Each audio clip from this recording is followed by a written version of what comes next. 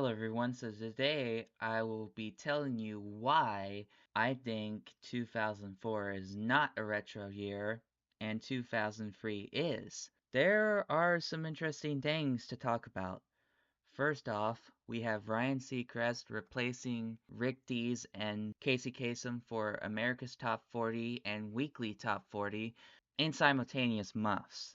And also, too, Dick Clark, at the time, he was not really doing all of his work at that time of 2004. Dick Clark was still making these productions.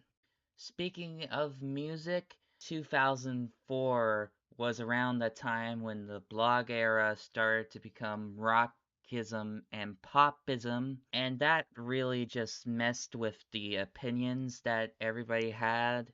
To be fair, there are actually a lot of good songs from the early 2000s that are good. I think Outcast Hey Ya is one of them. It is the only number one hit from the 21st century to be in the Rock and Roll Hall of Fame, the only number one US hit. We also got Saturday Primetime away from broadcast television. After years of declining ratings, I think from like 1992 to 2004, around that time, Saturday morning kind of was like dissolving at that time because cable started to become very popular, become very more efficient. Broadcast networks were going 50% downward, which I find very strange actually. Saturday primetime was not a thing ever since 2004, and that I can totally believe. Most people these days go on streaming services, and I think the streaming services kind of started on that era, like around 2004. So, in other words, that kind of makes sense.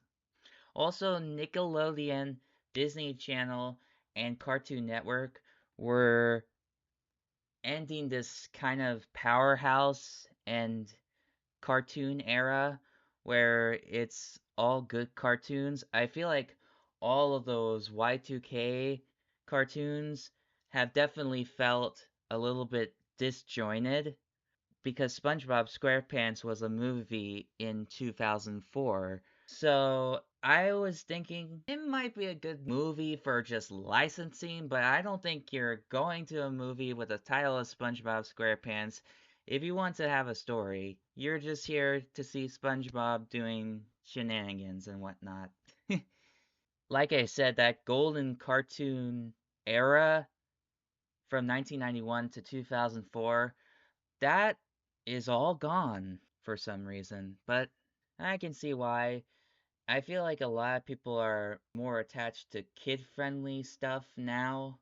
Around 2004, I think, was when we got the preschool elements attached to it. Did you know that 3D animation started to get very, very common in 2004? And I think still in 2003, there was still like this kind of phase where 2D was kind of the main thing and 3D animation was sort of less common. Now it's more affordable than ever. Since 2004, they did those weird cheap in movies, something like Food Fight or even an Emoji Movie. I think in general, Food Fight, Megamind the Doom Syndicate, those are definitely the worst movies I have ever seen. Plus the Emoji Movie. And boy, those movies have not aged great. Ugh. Also, Hair High is the last animated traditional cell animation to use this old vintage look. And yeah, I could kind of see that. I feel like 2004 was when a lot of those cartoons started to fade with the retro feel of things. So, yeah, I can see it being feasible. Since then, they have been attached to from vintage style to modern style. I think as the years go by, more people know about 3D animation and the live action slop over the years.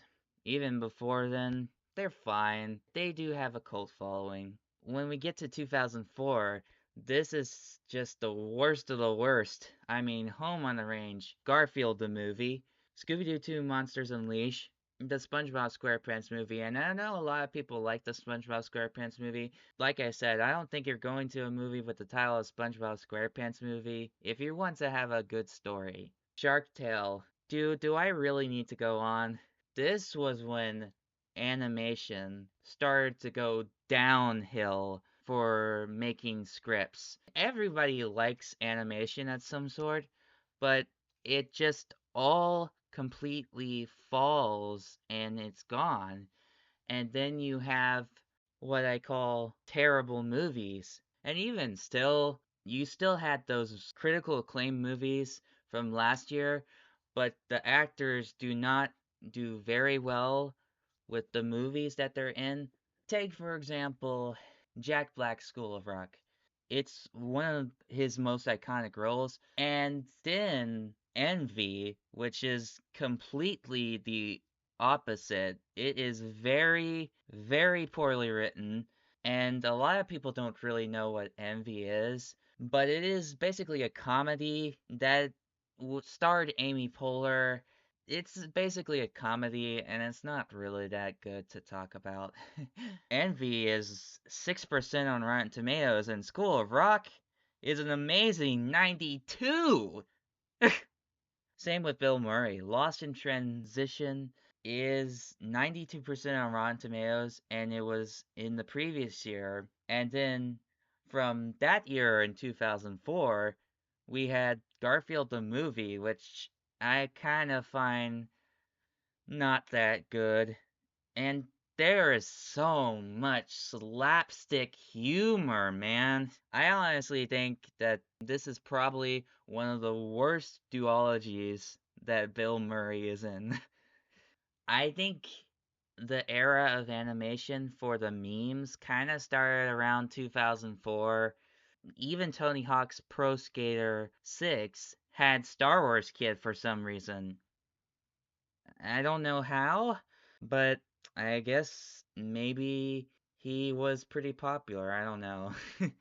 The VHS era was starting to end around 2004, and that I can totally believe because I grew up with VHS tapes. I actually remember as a kid watching them, and I always remember to rewind the tape. And some people born after 2003 know what VHS are, but they probably vaguely used and remembered it. So I would personally say VHS tapes still had the golden era around the early 2000s. Also, some movie news from 2004. Jack Valenti actually retired in 2004, and that caused a lot of controversy. When you have one dictator of the MPA retiring, then that is technically a problem because they have so much potential to be kind of on the limitations. Around that time, PG-13, Rated R, and PG were all competing against each other, and G movies were technically considered non so related to trauma. These days, there's not a whole lot of movies that do a whole lot of trauma, which is very unfortunate. So DVDs outsold VHS tapes around 2003, and in 2004, VHSs were literally completely gone. And there was a thing called the DVD bomb because you at least don't have to rewind the tape. You can just have those DVDs and you can just play and then stop. Honestly, I like DVDs more because it's easily more likely to have good menu selections as well as good support with some content in it. About late 2003, we had the very, very first 64-bit computer database.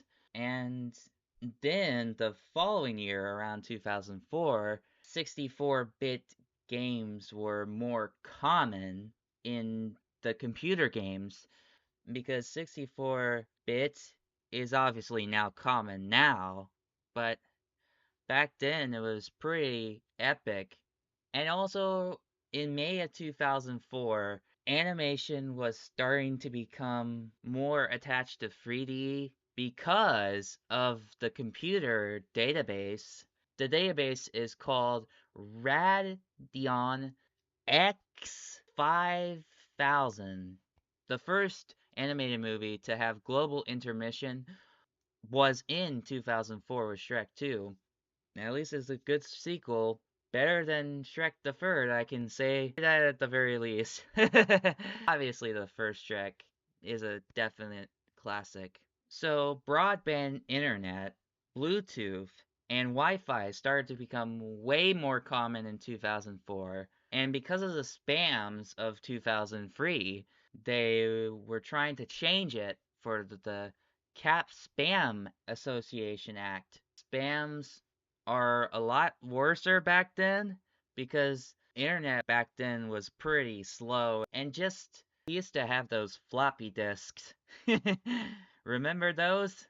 In January of 2004, Kodak was going out of the film cameras because digital cameras outsold film cameras the previous year because at the time digital cameras was still like some sort of new popular thing. Around 98 was when they become popular, and now digital cameras are more popular than ever. Well, back then, the thing is, camera phones had become a fad. The first ever conceived camera phone was around 2004. Yep, the first commercially available camera phone was around 2004. So XD Cam was a camera that was made in 2003, but around 2004, that was when XD Cam started to become commercially available. I know we're living in a time where digital media is eroding and physical media is going out of place, but you get what you get. Speaking of physical media, in 2003, DVDs were outsold by VHS tapes, while in reality, VHS was still very, very common. 2003 was still around the time when DVD and VCRs were a thing. And then we have this some called, and then we have the DVD boom, which is literally just random DVDs, merchandising, and lots of money. Probably because of the franchises being profitable and more efficient for that year. Oh, anything is possible with the music industry because of the trademark brands, but back then it was very sparse. I think the big companies started to become merchandising because of DVD sales. 2004 was when 4K was starting to become commercially available with Sony, and the following year in 2005, it proves it because 4K was kind of starting to become more popular at that time. Back in 2003, it was groundbreaking. It was sort of this unreal thing. Nowadays, we do have ultra high def television, which I kind of like because there is a lot of good things about ultra high def TV. They are big, they are wide, and they are very comfortable for sitting in a couch. Did you know that 2004 was the first year to really have the thinking of the iPhone for Apple. I mean, they did it from the early 2000s, but I think 2004 was when the news kind of speculated, and I can totally believe that they were working on something that will make your mind intelligent, and Steve Jobs did that for making the iPhone, which was a big deal. Now everyone pretty much has iPhones. But back then it was sort of revolutionary. The first fully 3D fleshed out game of a handheld was Super Mario 64 DS on a Nintendo DS, which at the time it was extremely mind blowing back then. Nowadays it's laughable because of the Nintendo Switch Lite and the Nintendo Switch 2. But back then it was pretty revolutionary, and it was like, wow, what a game. One last thing to note, I've heard a lot of people say that 2003 was the year that started the goth trend. I kind of disagree. I feel like 2003 was definitely more so into dark Y2K instead of the goth era, because the goth era pretty much was around 2004. I mean, goth was kind of popular around 97 and 2003, but not really until 2004 was when we got this sort of emo pop kind of vibe. And that's why I consider 2004 a modern year instead of a retro year. And 2003 is a retro year. And that is why 2003 is a year to remember.